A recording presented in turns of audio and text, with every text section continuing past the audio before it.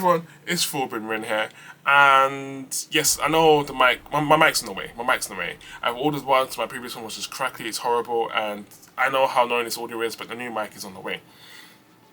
I love horror. You could probably tell that from my shorts and from some other of my long form content. I love horror. I'm terrified of horror, but I love horror. And today I want to speak about some of the horror games that have impacted me, basically, that I really love. And I'm just going to get right into it. And I want to know yours at the end of the video as well. Let me know some of the horror games that have stuck with you that you absolutely love. So, starting the list, it will be Evil Within 2. Sorry, The Evil Within 2. I love this game. From the trailers, from the marketing, from the song they used in the trailer, everything. The atmosphere, the wraith creature that you interacted with. Man alive, man. Once the screen changed colour and you heard that wailing, because that wraith could go through walls, I was so scared. I was so scared, man. I didn't know how to do this. I was just like, I can't even stay here because I have to move because it can go through walls. I was like, what do I do? What do I do? What do I do? From the boss that had the flamethrower, everything. And the final boss, of course, man, I loved Resident Evil. I loved The Evil Within 2. And what can I say? That again was quite a big impact to me. I know we won't be getting an Evil Within 3, which is a shame. Obviously the studio is no longer with us, so I got settled for Resident Evil 2 and love it. Number 9 for me, I'm saying number 9 because I'm just going down in order basically. These aren't my top 10, I'm just going down in order to make it easier for everyone to consume. Number 9 is Dead Space 2. Now, I love Dead Space 1, and Dead Space 2 was just that perfect sequel. From the using the dementia as a horror mechanic, from the enemy types, from the atmosphere, the music, boss fights, everything. I love the continuation with the Marker story. I can just gush over that game for so long, and I wish we got a Dead Space 2 remake. I wish we got that remake, because I would be like, yeah, let's go. But unfortunately, we're probably never going to get that remake too. I have to be good with that. Even though if which game is better, Dead Space 3 is the worst one for sure. Dead Space 2, I just really thoroughly loved. This is the only, Dead Space 2 is the only horror game I've replayed. So I usually one and done horror games. Dead Space 2 is the only horror game I've ever replayed. I just loved it that much.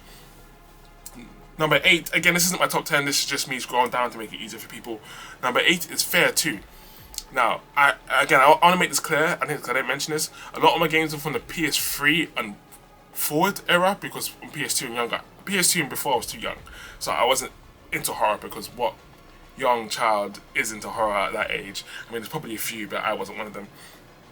Either way, Fear 2, Alma, genuinely terrified the crap out of me. Fear 2 was my first Fear game. I never played Fear 1. I got Fear 2 because my friend let me borrow it. And I was like, yeah, play it, you'll love it. I found this game so terrifying, bro. I genuinely found this too. And the ending, when it's switching, I was like, yo, no. That game took me months to complete. But the genuine fear I felt from Fear 2 at that time was sweat-inducing. And I absolutely love it for that reason. My next one is a bit of a controversial one here. BioShock. Now I know what you're thinking, BioShock's more of a psychological thriller / mystery. It's no horror, but for me that thriller aspect became horror because, do you remember when you first landed in Rapture? The terror you felt when you saw that first splicer? The terror you felt with the atmosphere against the Big Daddy, the boss, some of the bosses. It's like, genuinely, that game scared me. Knowing that I could go around a corner to see a Big Daddy, and my panic might make me shoot at the Big Daddy and then straight into a fight I'm not prepared for. That terror for me makes this game a horror. And you can argue, but by the way, I want to say this clear. I want to make this very clear. BioShock is one of the few games I consider to be art, true art, because that game is so amazing, and I think that game should be studied and should be in museums because it's genuinely, for me, art. It is genuine art. BioShock, I love it. I can go on about it forever, but I shan't. I'm saying the atmosphere of that game made me feel more like a horror. No, I could go around a corner. I don't know what I'm expecting. I can go around any corner. Splices, torrents, Big Daddy. I panic. I shoot. I do something stupid. It sets off a chain reaction, and I just hated that, but I loved it because at the same time. Number 6 is Little Nightmares 2. I really enjoyed the first one, Little Nightmares, but Little Nightmares 2 for me was just an improvement. An absolute improvement. I loved playing as the young boy. I loved the new enemies you had to encounter. I loved the children with the toy heads that would swarm you. The music when they got hold of you as well was horrible. I loved the teacher enemy. I loved the trainer. I loved the final boss, which we all know who it is, but for those who haven't played it, I won't spoil it, of course. It's a non-spoiler here. Everything about that game made me feel uneasy. And the game is very good at making you feel uneasy. And the whole section where you needed the flashlight, we all know. We all know. And I just want to say, I thoroughly enjoyed that game. I haven't played Little Nightmares 3, and I haven't played Reanimal just yet, which is made by people who developed Little Nightmares 2, so I will be playing that next. But Little Nightmares 2, an absolute beast of a horror platformer. Go check it out. I'm noticing there's a lot of 2s here, actually. I'm noticing there's a lot of 2s here, actually, now that I'm mentioning this. Anyway, we move past that. I love a good sequel. We move past that. Number 5 now, so in my top 5 games that have actually impacted me, is Resident Evil 7.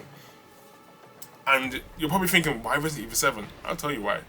The Bayou setting, the Baker family, the long narrow corridors, the pitch black, the Mia jump scares, the Baker family jump scares, the mold, everything, Evelyn, everything about this game just scared me. Everything. And I genuinely really enjoyed this Resident Evil. I tell people who are new to Resident Evil franchise, start at 7, 8, and then go back to which one you can afford at the time. Because 7, amazing. Because 7 and 8 for me are a contained story, and I think that's a good way to get people into the game. Starts at 7. Sorry, started at 8, went back to 7. I started strange. That's a whole video for another time. I started at strange order. And Resident Evil 7 for me was one of the most scary ones that truly terrified me. It was the constant injury you received. It's like, God damn, I'm just a normal guy. Like, I ain't made for this. I absolutely love that feeling. Number 4 is Bloodborne. Bloodborne is a cosmic horror from Software that unfortunately will not be getting a remake. Suck. And I don't think it ever will. I just remember going to Castle Cainheads for the first time and understanding, I don't want to be here. You know what? And of course in Bloodborne you cannot go there. But I was like, I don't want to be here. It was the ghost. It was those blood mosquitoes. It was the boss in that area. Everything about that game just terrified me. It was the amygdalas that once you got enough madness you can see. It was the cosmic horror. It was the Orphan of Cos. It was everything. It was, and what the game takes inspiration from as well is such lovely cosmic horror. And generally speaking, one of the reasons why I like cosmic horror and Bloodborne is because the horror is just insanity. It's insane that this is even a concept, this is even a thing, and yet I am drawn to it. I can't stop exploring. I want to know more. I want to see more, even though doing that is causing the horror. And I love that aspect of horror so much. Number 3 is Silent Hill 2. Now, I never played the remake, but this is where it gets a bit techie and then the rules. I remember watching my neighbor's brother play Silent Hill 2, and he would let us watch, and we were scared for him. We're only kids, we don't understand the themes at the time, because obviously we're children. But watching him play it, and we're scared for him, seeing all those enemies, the fog, the music, and what he would do, he would turn the music up loud too, and turn off the lights, and this is probably a bit of my rose-tinted goggles here, making this game scarier than it was at the time for back then. But I was genuinely scared. I remember having to sleep with the lamp on for a while, and that always stuck with me. I never played the remake, which is a shame, but I will get to it. My next one though is a more recent one, which is Silent Hill F. Now, Silent Hill F, I loved the themes, I loved the atmosphere, I loved the music, I loved everything that game done. I remember being in the school with those scarecrows, these children scarecrows, and being so scared I was whining. Like, I just loved that feeling. Even going through the mist in the farm, and that scarecrows going like that, man. Oh, when bodies move like that, oh, and then when bodies do that, oh, it just gets me, absolutely gets me. Anything to do with eyes too, anything to do with eyes gets me. That's me though, that's just me.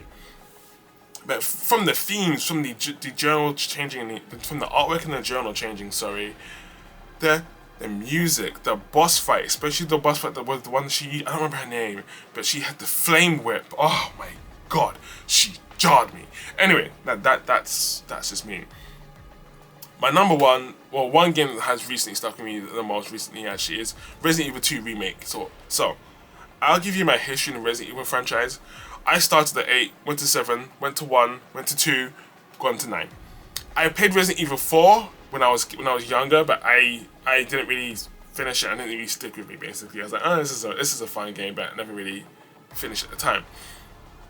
Resident Evil 2 Remake, I played that game and was like, yo, what the absolute hell is going on? What is this thing chasing me? What is this thing with giant tongue? What is this man in the science jacket beating me down? Bro, what? Please stop.